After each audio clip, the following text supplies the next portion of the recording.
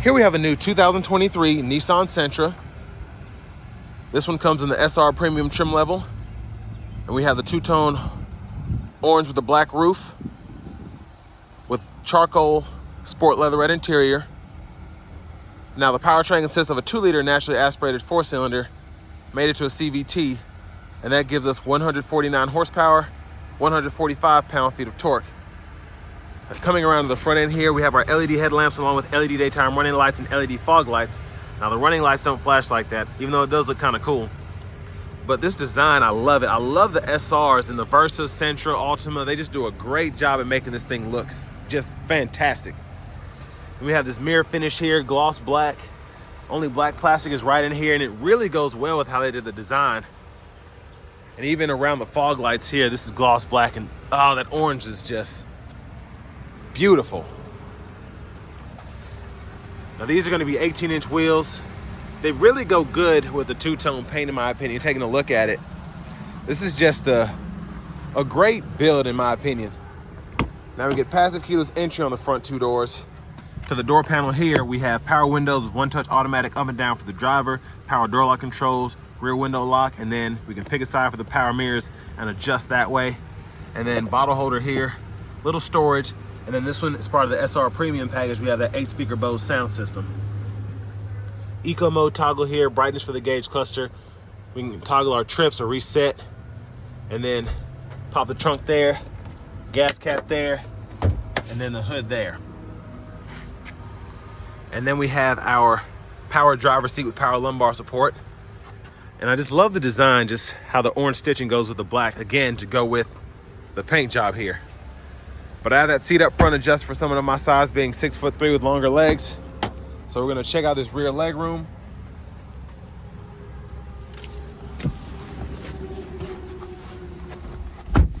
So not terrible, just a tad bit more space than the Versa.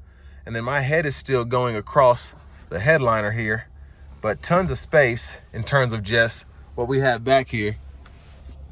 I mean, you have the cup holders here in the middle. So that folds down, you got that. And then we have a USB-A port. There's a view of the front from back here. And then we also have a seat back pocket behind that front passenger seat.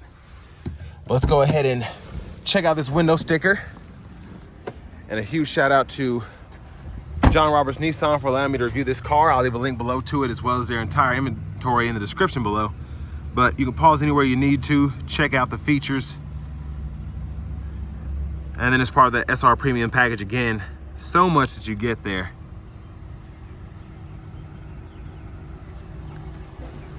But as we come around to the back here, of course, I popped the trunk earlier.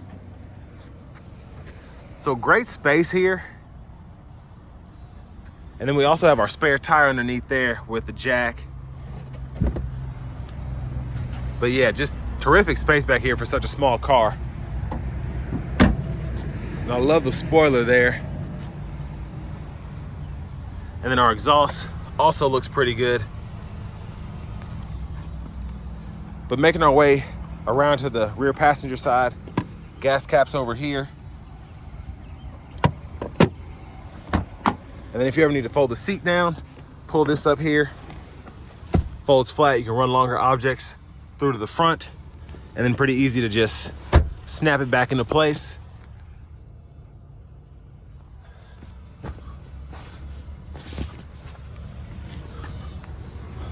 And then to the front passenger seat, we have 4-way manual. And then our glove compartment's gonna be right here. Pretty good size, owner's manuals. And then again, I love just the subtle nuances, the orange stitching here, the gloss black around the AC vent on this side.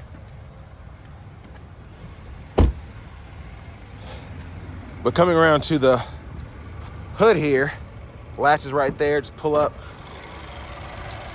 And there's that 2-liter naturally aspirated 4-cylinder.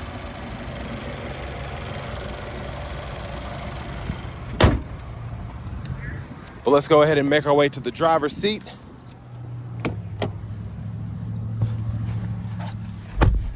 Now we do have a nice leather wrap steering wheel here. Again, love the orange stitching throughout.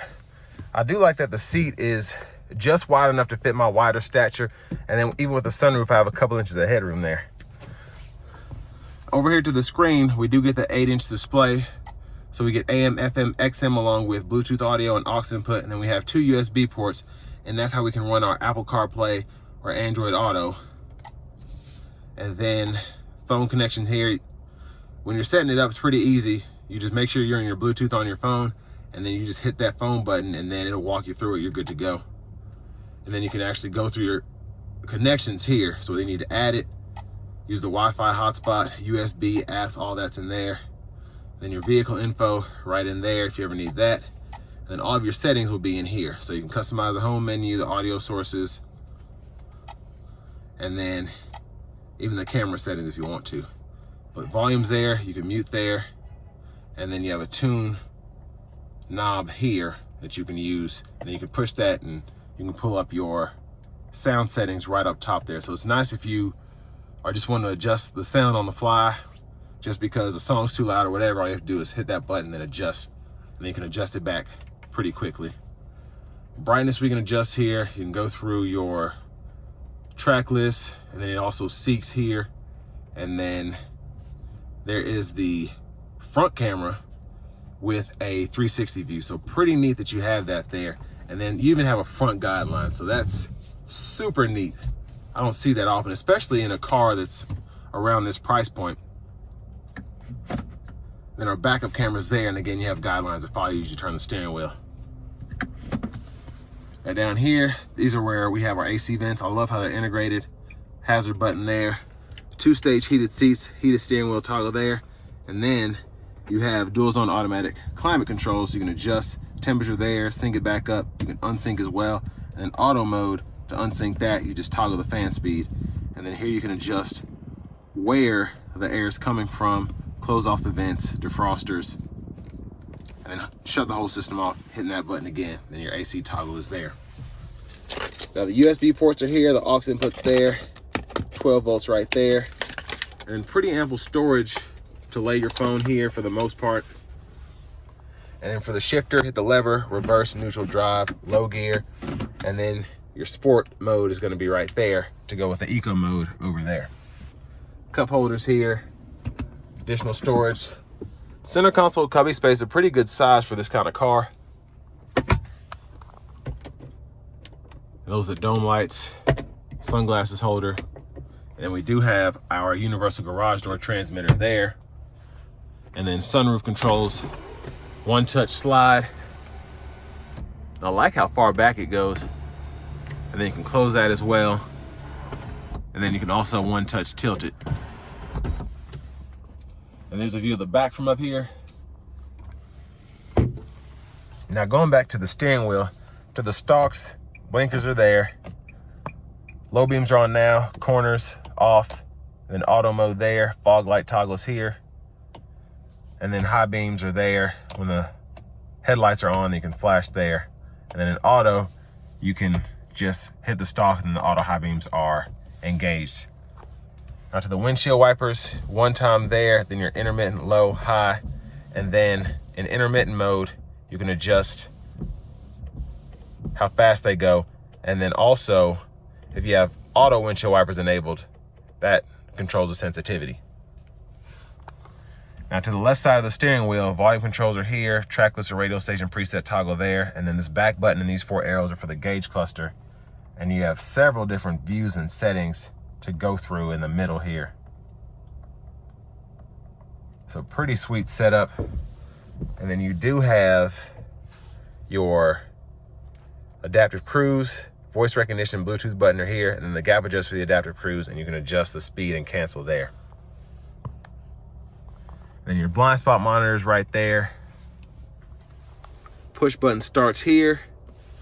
And finally, here's the key fob with remote start. But next, let's go ahead and take this 2023 Nissan Sentra SR out on the road for a test drive. So starting the test drive in the Sentra, I will say I like having the digital gauge cluster here because I can actually see when my sport mode is engaged. I drove a Versa S back to back with this just to see how it compared, and I couldn't actually tell when the sport mode was engaged, but I knew where the button was. But this Sentra seems to ride quite a bit more smoothly than the Versa. And one of the reasons I wanted to compare this is because I feel like a lot of people go towards the Versa because it's cheaper, but I wanted to see, should you pay 17, well, I guess 19 grand for how that one was spec'd out for a Versa S, or should you pay 6 or 7 grand more for this Sentra SR? So you have a little bit more space, a bigger engine, and a few more tech features, as well as safety features in terms of the adaptive cruise, and then having the automatic high beams, etc.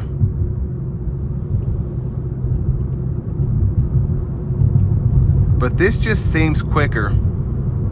And I said this in the Versa review I just did, but one of the reasons that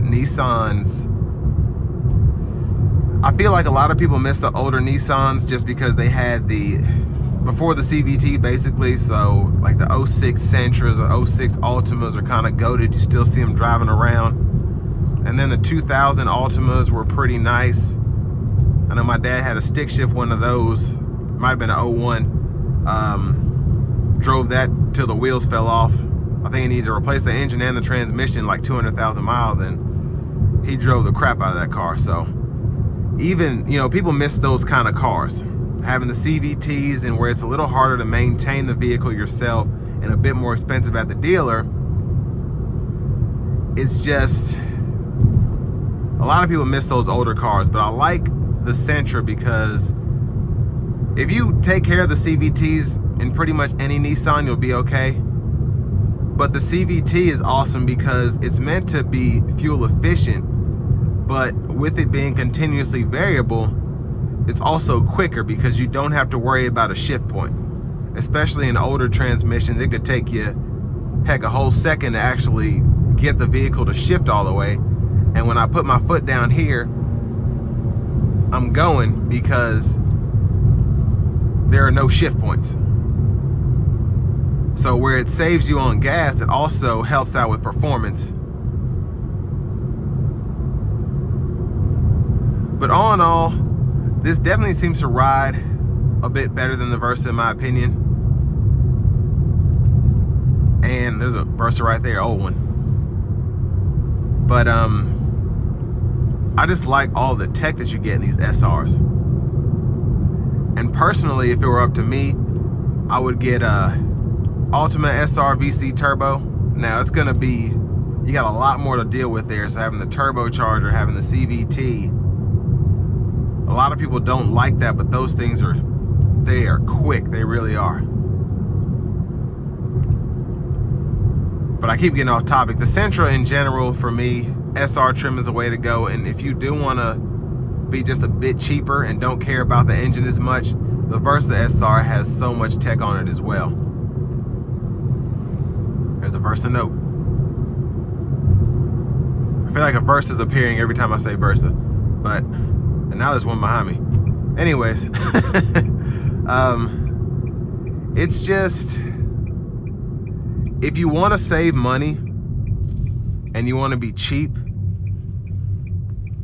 the S model in the Versa and then probably the SV model in the Sentra is going to be the way to go. But if you want to have all the tech and not necessarily spend that much more money, I recommend the SRs.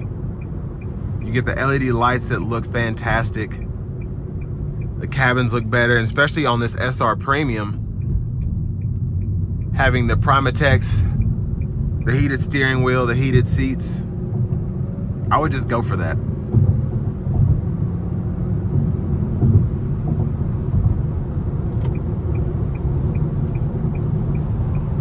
Now the 2-liter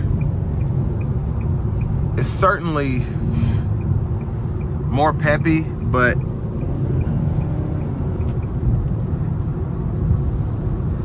it's not necessarily quick. But for most people, it's gonna feel fast enough, honestly.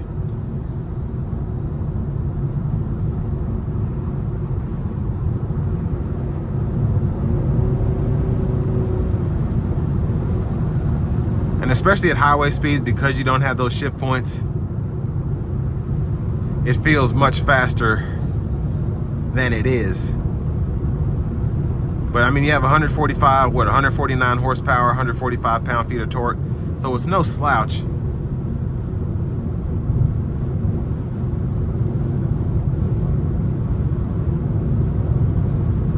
Now, even with these 18s here, just a little bouncy. But I really can't hear the road noise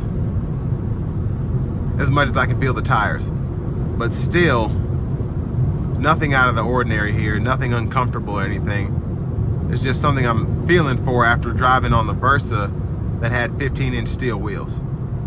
And the ride quality itself, I think it helps having the power lumbar, the power seat, in terms of just for if you drive on a longer trip or something, it's nice to be able to adjust that.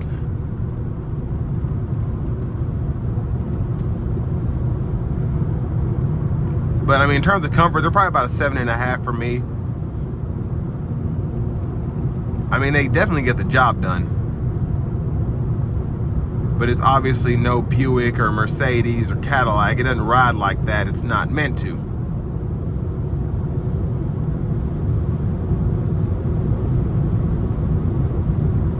But if you're looking for a vehicle under 30 grand that has all the tech and safety features that you probably need, looks fantastic, especially in this two-tone paint, and is still a gas sipper, certainly make sure you take a look at the new 2023 Nissan Sentra SR.